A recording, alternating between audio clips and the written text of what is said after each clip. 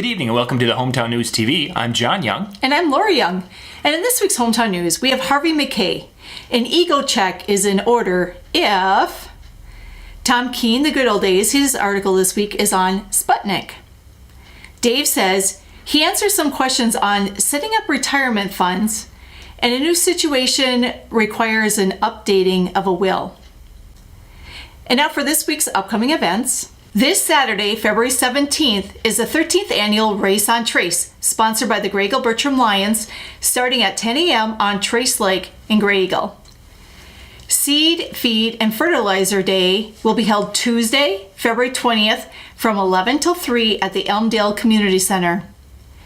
The Sobieski and Swanville Lions Club 25th Annual Fishing Contest will be held Saturday, February 24th, from 12 noon to 3 p.m. on Long Lake, Swanville. The Catholic United Financial Matching Grant Breakfast will be held on Sunday, February 25th from 9 a.m. to 12:30 p.m. at the St. Francis of Assisi Church basement in St. Francis. The Freeport Lions will present Save a Life on Monday, February 26th from 6 until 8:30 p.m. at the Sacred Heart Gymnasium in Freeport. This Friday is also the beginning of Lent, and we have a lot of great places to dine out in this week's Hometown News. And now for our obituaries. Theodore B. Ted Kramer, age 93 of Melrose, died Tuesday, February 13th. No services will be held. Kathleen Kathy Sawyer, age 76 of Avon, died Sunday, February 4th. Services were held Thursday, February 15th at the Miller Carlin Funeral Home Chapel in Albany. Stephanie Cole, age 24 of Swanville, formerly of Little Falls, died Wednesday, February 7th. Services were held Thursday, February 15th at the Emblem Branny Funeral Home. Marceline Reuter, age 91, died Tuesday, February 13th. Services will be held at 11 a.m. Saturday, February 17th at the Sacred Heart Catholic Church in Freeport. Check out the full obituary write-ups in this week's Hometown News. And just in, we have Richard R. Rich Gable, age 78 of Freeport, died Wednesday, February 14th. Services will be held at 11 a.m. Monday, February 19th at the Sacred Heart Catholic Church in Freeport. Check out our Facebook page and website for more details. This week's Hometown News photos, our front page photo is of a chickadee, which is by Joe Fuchman. Our Minnesota Through the Lens photo is taken by Judy Van Heel of a creative snowman. Here are a couple photos showing the Swanville kindergartners celebrating their letter D and their 100th day by enjoying donuts with their dads. Swanville Public Schools Spelling Bee, Lucas Miller was the champion and Carly Loven was runner-up. Congratulations to Lauren Miller for Swanville's Junior High Student of the Month. And congratulations to Tanner Ketter for Swanville's Senior High Student of the Month.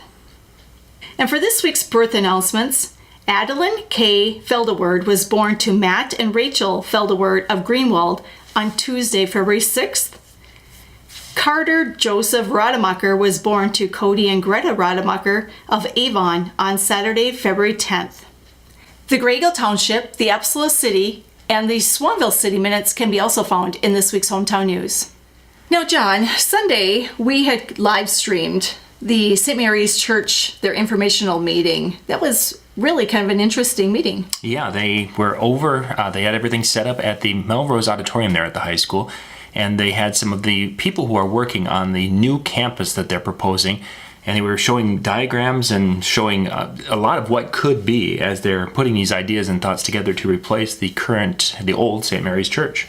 Yes, you can tell they've put a lot of time and effort and hours into planning their new facility. Yeah, they were talking about the amount of time they put in with the committee so far to come up with all the different ideas and sharing a lot of the components of the past and the components of the current church that was damaged in the fire in 2016. They want to take a lot of the elements of that and bring that into this new campus and yet have space for modern ministry, which is a really important thing today. Mm-hmm. And it was also really neat too because basically the new facility, everything's all on the one level. So there's no basement, there's no steps. You don't have to worry about, if there's any flooding when we have substantial rainfall and any things. problems with that, trying to get around. So we actually I've got a couple of the pictures that they shared, so let's take a look at those right now. Right now we're looking at basically the outline of the campus. They gave us a bird's eye view of the potential campus. Now this isn't set in stone by any means, but this was something that they're proposing. They've been taking a lot of input from different members of the board and such, and a lot of the church members, and they're putting the ideas together, and this is kind of an early rendition of what it might be. You see on the right there's a spot that's marked future. That's an area in which there could be some future addition, and one thing that they mentioned on a couple of occasions, that this particular campus that they're going to be building isn't going to be landlocked like the current area is, which is kind of a big thing if you want to do something for expansion in the future, like that future wing. Moving on to kind of an overview look of what's inside. Now in this particular picture, you're kind of seeing they've taken the roof off. That tornado that came through last fall, this is what happens when the roof gets torn off.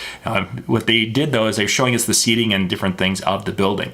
So you have the day mass area that's on the right. Then you have in purple, that is the area that's within 65 feet of the altar, which is kind of an optimal distance for being able to keep the attention of the attendees.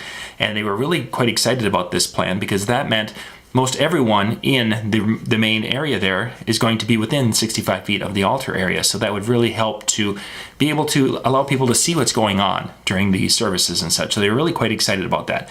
And then on the left, you see that there's kind of a nice little north axis or greeting area or meeting area that people can kind of gather before and after service. So they're really excited about how the campus, this vision of the campus would turn out. Now in this picture, you're seeing, this is a little confusing. We're seeing the same kind of an overview of the new campus, but what they've done is they've laid the outline and such of the old church over top of it. So you can kind of see there's a red kind of line and such that they've kind of drawn that's over kind of a dark rectangle. That dark rectangle is the footprint of the old church. So you're seeing the new campus is certainly wider, and it's certainly not as long in the area where they're going to be having services. And you also see kind of little dots all the way along inside that big rectangle. Those are the support poles and such that are inside the pillars that are inside the existing church right now. All of those things made for not quite the most optimal viewing when it came to people in the rear of the church or over on the sides seeing what was going on. This didn't really stand out to me as such a huge issue until this next picture. Let's take a look at this. In this picture, they have superimposed the old kind of footprint of the church and the walls over inside the new proposed campus building. And you can see that first off, the width is much wider. It's of course kind of a shorter area, which we can't really see that in this picture. But you're seeing where the pillars and such would be causing a lot of lines of sight issues. And we've been in many churches over the years when we've done videotaping and things for weddings. And those pillars can be a real difficult thing to work around for weddings and for just for average services. So the new campus with the wide open space is just really something that people are going to be excited about because they'll be able to see from anywhere in the room and get a really good view of the choir or what's going on for mass and such in the front of the church. They were talking some budget numbers. Do you recall what those were? Yeah, they had actually, there's a variety of different options with the budget because they had the full campus, and the full campus was a range because you never know exactly what it would be, and it could range up to around $12 million for the full campus. That was without that future edition we saw in the very first picture. And then depending upon what stays, what goes, how elaborate the decor is and such, it can really vary, and it could be down much less than that. It could be much more than that. They did mention something about where the money and such were from the insurance settlement on the existing church that was burned and how that was going to be worked. All that information you can find if you want to sit down and watch the whole. It was like an hour and a half meeting, I think. Yeah, it was a good hour. It was a good hour, a little over an hour. But all that's out. You can go out to hometownnews.biz and then put the / in there and put in St. Mary's, and that will take you right to the video. And then you'll be able to watch the whole video, and they talk about the budget and everything and such. So if you have any questions or thoughts about wanting to find out more information, go out to the video and check that out because, again, it was a great presentation and there was a lot of information there, more than we could cover in our few minutes here. And of course, they're also trying to see what they can salvage out of the old church, like some of the old stained windows.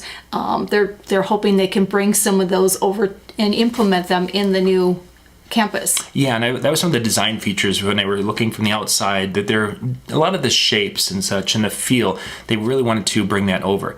Now, I noticed that when he was talking about that, he mentioned their desire to do that. Because sometimes the desire to save the windows, and dumb things happen, and you just can't save the windows for either they're not strong enough, sturdy enough anymore, or they're just not energy efficient enough. So even if they can't, they're still wanting to have some of the same design elements, and they might just be using a more modern element to create the same look and feel of what's there with the existing church. Mm-hmm.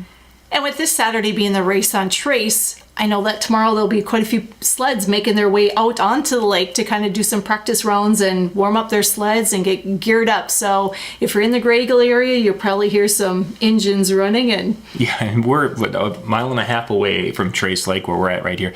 And we're going to probably start hearing them tomorrow, and you'll hear the zzz as they go for the next couple of days. And with the ice this year, I'm sure they won't have issues with the safety of the ice. We've had a nice cold winter so far. Yeah, we've had some cold weather. Actually, what could be a concern is the slickness of the ice. We had that warm weather yesterday, and of course today it was kind of warm, so you're going to have that top that's been refreezing. So it could have melted and be nice and smooth and freeze. It could be very, very slick out on that ice if we don't have some snow that gets kind of sticky between now and Saturday. So if you're going out there, definitely want to make sure you have just some cleats or something, because you could be kind of on your butt really quick. I was actually out by Trace Lake on Monday, and there was quite a bit of snow cover on the lake.